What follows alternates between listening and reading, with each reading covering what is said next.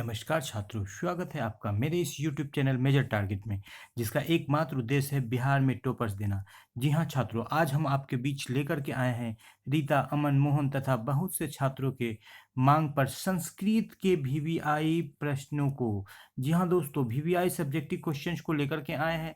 संस्कृत का वीडियो काफ़ी दिनों के बाद आप लोगों के बीच आया है, क्योंकि संस्कृत 100 नंबर का विषय है और यहाँ पर टॉपर बनने के लिए इसमें अधिकतम अंक अर्जित करना काफ़ी महत्वपूर्ण है दोस्तों। तो ये जो प्रश्न का चयन किया गया है, इसमें से 5 के 5 प्रश्न काफ़ी महत्वपूर्ण है और पांचों परीक्षा में आपको आने की संभावना इसकी 100% है। तो हर बार की तरह आज भी हम लोग अपने कार्यक्रम की शुरुआत एक शायरी से करते हैं। जी हाँ दोस्तों, मत सोच कि तेरा सपना पूरा क्यों नहीं होता, मत सोच कि तेरा सपना पूरा क्यों नहीं होता, हिम्मत वालों का इरादा कभी अधूरा नहीं होता। मत सोच कि तेरा सपना पूरा क्यों नहीं होता, हिम्मत वालों का इरादा कभी अधूरा नहीं होता। जिस इंसान के कर्म अच्छे होते हैं छात्रों, जिस इंसान के कर्म अच्छे होते हैं छात्रों, वो टॉपर बनते हैं और उनके जीवन में कभी अंधेरा नहीं होता। जिस इंसान के कर्म अच्छे होते हैं छात्रों, वो टॉपर बनते हैं और उनके जीवन में कभी अंधेरा नहीं होता। जी हाँ छात्रों, तो अच्छे कर्म कीजिए और अच्छा कर्म ये भी है कि वीडियो यदि पसंद आ रहा है तो वीडियो को लाइक कर दीजिए, चैनल पर नए आए हैं तो चैनल को सब्सक्राइब कर लीजिए और बेल आइकन को दबा दीजिए, ताकि आने वाली वीडियोज़ की नोटिफिकेशन आपको सबसे पहले मिले और ऑनलाइन क्लास का भी आप समय से मज़ा लेते रहें और अपने आप को टॉपर बनने की दिशा में अग्रसर करते रहें। जी हाँ दोस्तों, वीडियो को अपने दोस्तों के बीच शेयर करना ना भूलें। तो चलते हैं आज के पहले प्रश्न पर। देर किस बात की? जी नहीं दोस्तों, इस वीडियो में आपको मोटिवेशनल शायरी का तर्का भी मिलेगा, तो फिर देर किस बात की, चलते हैं पहले प्रश्न पर। ये रहा आपके स्क्रीन पर। जी हाँ छात्रों, बहुत ही महत्वपूर्ण प्रश्न। देवता लोग किस देश का गुणगान करते हैं और क्यों? यानी कि कौन सा ऐसा देश है जिसका गुणगान देवता यानी ईश्वर भी करते हैं और क्यों करते हैं? ये प्रश्न काफ़ी महत्वपूर्ण प्रश्न है दोस्तों, और इस प्रश्न का उत्तर लेकर के आए हैं। ये हमारे जो पांचवा पाठ भारत महिमा पाठ से लिया गया है दोस्तों, ये भारत महिमा पाठ से लिया गया है प्रश्न। भारत महिमा आप लोग पढ़े हुए होंगे। तो अभी हम लोग महत्वपूर्ण प्रश्नों को लेकर के चल रहे हैं। तो देवता लोग भारत का गुणगान करते हैं, यानी अपने भारतवर्ष, भारत माँ, जिसे हम लोग हिंद, हिंदुस्तान, आर्यावर्त कहते हैं, उसी का गुणगान कौन करते हैं? देवता लोग करते हैं, क्योंकि भारतीय भूमि स्वर्ग और मोक्ष प्राप्त करने का साधन है। या भारत में ही हम लोग स्वर्ग और मोक्ष प्राप्त कर सकते हैं। भारत के जो धर्म स्थल है, भारत के जो भूमि है, वहाँ पर हम लोग स्वर्ग को भी प्राप्त कर सकते हैं और मोक्ष को भी प्राप्त करते हैं। इसीलिए क्योंकि ये मोक्ष जो होता है बहुत ही मरने के बाद लोगों को प्राप्त होता है, और स्वर्ग भी जो होता है मरने के बाद प्राप्त होता है।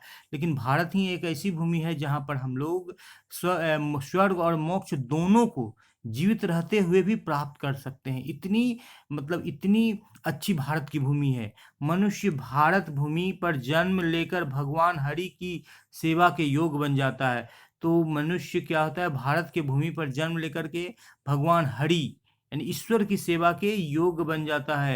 यानी कि भारत भूमि इतना महान है दोस्तों कि यहाँ पर जो भी जन्म लेता है उसे ईश्वर की सेवा करने का योग मिलता है, उसको ईश्वर की सेवा करने का अवसर मिलता है, और वो जीवित होते हुए भी स्वर्ग के तरह आनंद और मोक्ष के तरह जो परम आनंद होता है, या जो अदृश्य परम आनंद को प्राप्त कर सकता है, अदृश्य परम ज्ञान को प्राप्त कर सकता है। यही कारण है कि देवता लोग क्या करते हैं, भारत देश का गुणगान करते हैं, क्योंकि यहाँ पर जीवित रह करके भी हम लोग स्वर्ग जैसे भूमि का आनंद ले सकते हैं और मोक्ष जैसे अदृश्य ज्ञान, अनमोल ज्ञान को भी प्राप्त कर सकते हैं। साथ ही साथ यहाँ जन्म लेने के साथ ही हमें ईश्वर की सेवा करने का योग मिलता है, अवसर मिलता है। इसलिए देवता लोग भी क्या करते हैं छात्रों, भारत भूमि का गुणगान करते हैं।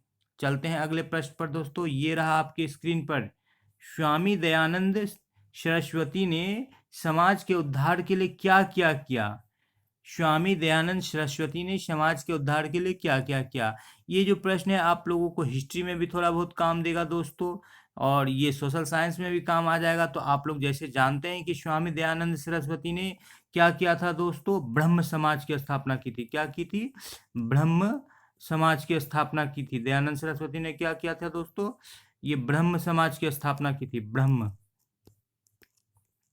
ब्रह्म समाज की स्थापना किसने की थी? दयानंद सरस्वती ने की थी। तो और उसके साथ साथ क्या किया था ब्रह्म समाज के लिए? तो स्वामी दयानंद सरस्वती ने समाज की विस्तार के लिए स्त्री शिक्षा पर बल दिया। सबसे पहले आप जानते हैं कि प्राचीन काल में जो है स्त्रियों को शिक्षा काफी कम मिलता था। तो उस उन्होंने क्या किया? स्त्री शिक्षा पर बल दिया। पहला पॉइंट क्या निकल के आ रहा है दोस्तों? कि स्त्री शिक्षा पर बल दिया। विधवा विवाह, उन्होंने क्या चीज को शुरू किया? विधवा विवाह। विधवा विवाह हेतु लोगों को प्रोत्साहित किया। आप जानते हैं दोस्तों, राजा राम मोहन राय ने क्या किया था? लॉर्ड विलियम बेंटिंग के साथ मिल करके वो जो सती प्रथा चल रहा था, सती प्रथा क्या होता था दोस्तों? कि जब भी कोई पुरुष मरते थे तो उसके साथ उसकी पत्नी को जला दिया जाता था और उसकी चिता पर बांध करके, ताकि वो भाग नहीं सके। ये सती प्रथा था। इस सती प्रथा को अंत करने में कहीं ना कहीं एक विधवा विवाह का भी रोल था, क्योंकि विधवा विवाह जब तक नहीं होगा तो वो सती प्रथा कभी भी समाप्त नहीं होगा। क्योंकि प्राचीन काल में क्या हुआ करता था दोस्तों? कम उम्र में ही 8 साल, 10 साल, 5 साल में ही शादी कर दी जाती थी। 10 साल, 12 साल में तो निश्चित रूप से शादी हो जाती थी। और कई लड़कियों की शादी काफी अधेड़ उम्र के लोगों से होती थी और वो जल्द ही विधवा हो जाती थी। और उस समय क्या था? रोग भी बहुत ज्यादा थे, बीमारी भी बहुत ज्यादा थी, तो लोग क्या होते थे? मरते ज्यादा थे। तो अकाल मृत्यु के ज्यादा शिकार हो जाते थे। तो इस सती प्रथा भी एक बहुत बड़ा क्या था वहां पर? ये था। तो उसको भी ये विधवा विवाह बंद करने में, तो कहीं ना कहीं इनडायरेक्टली हम लोग ये कह सकते हैं कि विधवा विवाह को जो उन्होंने शुरू किया दयानंद सरस्वती ने, इससे क्या हुआ कि सती प्रथा की समाप्ति में भी बल, इनडायरेक्टली, अप्रत्यक्ष रूप से बल मिला। स्वामी दयानंद ने बाल विवाह समाप्त किए। बाल विवाह यानी बाल विवाह भी नहीं हो गई तो लोग सती अपने को समझेंगे क्या सही है क्या गलत है। मूर्ति पूजा के विरोधी थे और छुआछूत को समाप्त करने का प्रयत्न किए। और मूर्ति पूजा, जो कि मूर्ति को लोग पूजते हैं, तो उसके वो विरोध करते थे। वो क्या कहते थे? कि ईश्वर निराकार है, ईश्वर का कोई रूप नहीं है और ईश्वर हर जगह हर कण में मौजूद है। तो आप कहीं भी पूजा कीजिए, आप यदि गरीब की सेवा कर रहे हैं तो वहीं पर ईश्वर है। इसलिए मूर्ति की पूजा करना कोई मतलब अच्छा चीज नहीं है। किनके अनुसार? दयानंद सरस्वती के अनुसार। वो बोलते थे कि आप गरीबों की सेवा कीजिए। छुआछूत को समाप्त करने के बाद, जो समाज में व्याप्त था, जो छुआछूत जो था समाज में, कि कोई ऊंचा है, कोई बड़ा है, कोई ब्राह्मण है, कोई क्षत्रिय है, कोई शूद्र है, कोई वैश्य है। शूद्र जिसको हम लोग बोलते हैं डोम चमार, उन लोगों को अछूत, अनुसूचित जाति जनजाति जिसको आज हम बोलते हैं, उन लोगों को अछूत माना जाता था। तो वो उससे लोग तिरस्कार करते थे। कई बार जो है चांडाल लोगों को गांव से बाहर रहने के लिए दिया जाता था, इनका विरोध करते थे। तो यहाँ पर निकल कर जो पॉइंट सामने आ रहा है छात्रों, वो दयानंद सरस्वती ने क्या किया? तो पहले तो ब्रह्म समाज की स्थापना की और उसके साथ साथ स्त्री शिक्षा पर जोर दिया, विधवा विवाह को रोका और बाल विवाह को भी समाप्त किया और छुआछूत को समाप्त करने का प्रयास किया। मूर्ति पूजा के विरोधी थे और सती प्रथा को भी रोकने में अप्रत्यक्ष रूप से उन्होंने योगदान दिया, विधवा विवाह और आरंभ करके और बाल विवाह को ये करके, बाल विवाह को समाप्त करके। तो चलते हैं अगले प्रश्न पर दोस्तों। इसका स्क्रीनशॉट ले लीजिए दोस्तों, ये ब्रह्म समाज काफी इंपॉर्टेंट है, आप स्क्रीनशॉट ले सकते हैं यहाँ से। स्क्रीनशॉट हमेशा ले लिया कीजिए दोस्त छात्रों, क्योंकि वो आपके पास हमेशा रहेगा और पीडीएफ आपको मिल जाएगा छात्रों, इसकी चिंता नहीं करेंगे। चलते हैं अगले प्रश्न पर छात्रों। ये रहा आपके बीच, भीखन टोला कैसा गांव था? जी हाँ छात्रों, भीखन टोला बिहार प्रांत का एक दुर्गम गांव था। यहाँ के लोग प्रायः निर्धन और अशिक्षित थे। यहाँ के लोग कैसे थे? निर्धन और अशिक्षित, पढ़े लिखे नहीं थे और गरीब थे। यहाँ के लोग कष्टमय जीवन बिताते थे। यहाँ के लोग कैसे जीवन बिताते? दुख में, दयनीय जीवन था उनका, कष्ट में जीवन बीत रहा था। कुछ लोग तो अत्यंत गरीब थे, मतलब खाने पीने के भी लिए भी उनके पास नहीं थे, इतने गरीब थे। जो गांव के बाहर टूटी कुटियों में रहते थे, वो गांव के बाहर टूटी फूटे घर में रहते थे। भीखन टोला गांव से लगभग 1 कोस की दूरी पर एक प्राथमिक विद्यालय था। एक ही प्लस पॉइंट दिख रहा था कि 1 कोस की दूरी पर, कोस हुआ करता था पहले, जो अभी मतलब बंद हो गया है। जो एसआई यूनिट आया है सरकार का, जो पूरे वर्ल्ड में SI unit system of international चलता है, तो इसमें कोस को खत्म कर दिया गया। ठीक है, लेकिन पुराना जमाने में कोस चलता था, जो कि लगभग 1.5-2 मील के बराबर था। और एक मील लगभग 1.5 किलोमीटर का, तो मतलब कहने का है कि 4-5 किलोमीटर 1 कोस के बराबर होता है, 5 किलोमीटर। तो उतनी दूरी पर क्या था? एक विद्यालय था। हम लोग कोश का ही यूज करेंगे, जो कि जो शब्द हमको पुस्तक से मिलता है हम उसी को यहाँ करेंगे, किलोमीटर में नहीं लिखेंगे। कोश के साथ साथ आप किलोमीटर लिख सकते हैं छात्र, लेकिन ऐसा नहीं कि आप किलोमीटर लिख दें और कोश को छोड़ दें। तो कहानी में जिन शब्दों का प्रयोग किया गया आप उसी को कोशिश करेंगे। तो भिखनटोला गांव बिहार का एक दुर्गम गांव था काफी, यानी कि दुर्गम किसको बोलते हैं? जहां पहुंचना कठिन हो, हार्ड टू रीच। यहाँ के लोग प्राय निर्धन और अशिक्षित थे, लोग कष्टकारी जीवन बिताते थे, कुछ लोग बहुत गरीब थे जो गांव के बाहर टूटी कुटियों में रहते थे। कुटिया मतलब छोटा सा घर। और भिखनटोला गांव से लगभग 1 कोस की दूरी पर एक क्या था, प्राथमिक विद्यालय था। जी हाँ छात्रों, चलते हैं अगले प्रश्न पर। ये रहा आपके बीच, पाटलिपुत्र को शिक्षा का केंद्र क्यों माना जा रहा है? पाटलिपुत्र वैभवम ये पाठ से लिया गया है दोस्तों। राजशेखर द्वारा रचित काशी काव्य मीमांस से हमें यह जानकारी मिलती है। राजशेखर द्वारा रचित जो काव्य मीमांस जो पुस्तक है उससे हमको क्या जानकारी मिल रही है छात्रों? राजशेखर द्वारा रचित जो काव्य मीमांस पुस्तक है, इससे हमें यह जानकारी मिलती है कि पाटलिपुत्र शिक्षा का एक प्राचीन केंद्र था। पाटलिपुत्र से उसको अजीमाबाद भी बोला गया है, पटना अभी नाम है।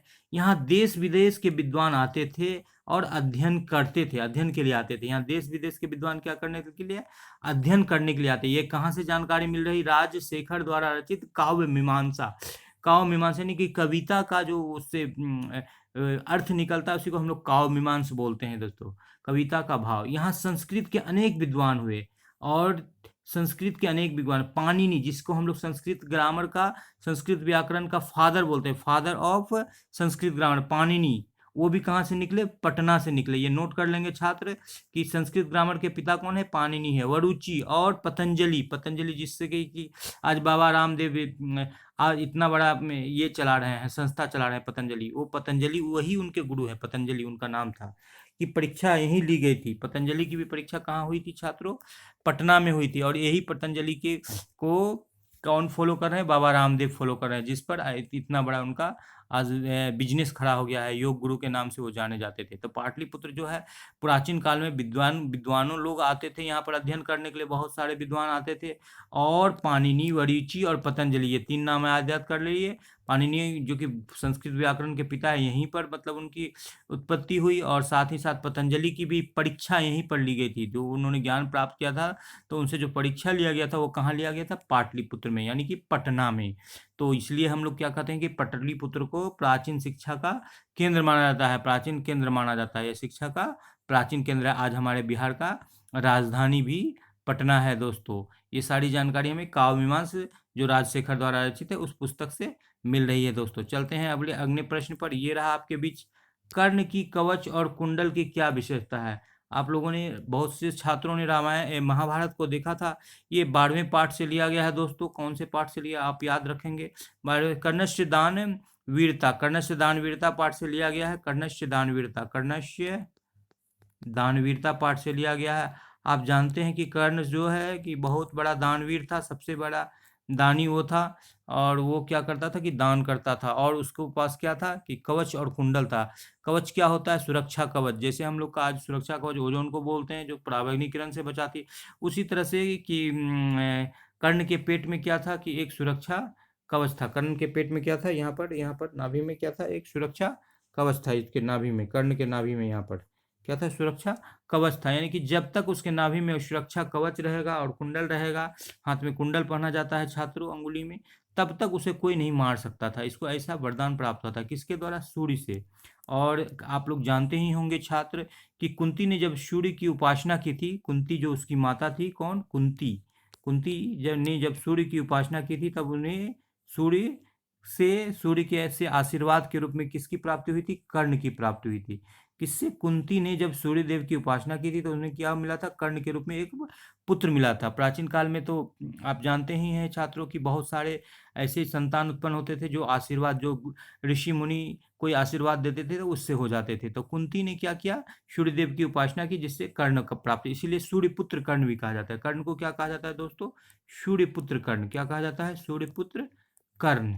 तो कर्ण के कवच और कुंडल की क्या विशेषता थी? तो कर्ण का कवच और कुंडल जन्मजात था, यानी कि सूर्यपुत्र कर्ण जो था उन्हें उसे जन्म से ही ये कवच और कुंडल मिला था। जब तक उसके पास कवच और कुंडल रहता तब तक दुनिया की कोई भी शक्ति, दुनिया की यानी कि कोई भी शक्ति, यानी कि कोई भी चीज उसको मार नहीं सकता था। कोई भी राक्षस, सुर, असुर, या कोई भी बड़ा से बड़ा धनुर्धारी, गदाधारी, कोई भी उसे मार नहीं सकता था। कर्ण को कवच और कुंडल अपने पिता सूर्यदेव से प्राप्त था, जो अभेद्य था। यानी कि उसको कोई उस भेद नहीं सकता था, उसको डिस्ट्रॉय नहीं कर सकता था, नष्ट नहीं कर सकता था उस कवच और कुंडल को। जो कर्ण को सूर्यदेव से प्राप्त हुआ था। ये उसकी खासियत थी। काफी महत्वपूर्ण प्रश्न है दोस्तों। आप इस प्रश्न को क्या कर ले कि आप इसको रट ले, सभी के सभी पांचों प्रश्न को। और हम लोगों ने अब संस्कृत में भी ये वीडियो बनाने, और सारे सब्जेक्ट के वीडियो मिलेंगे दोस्तों।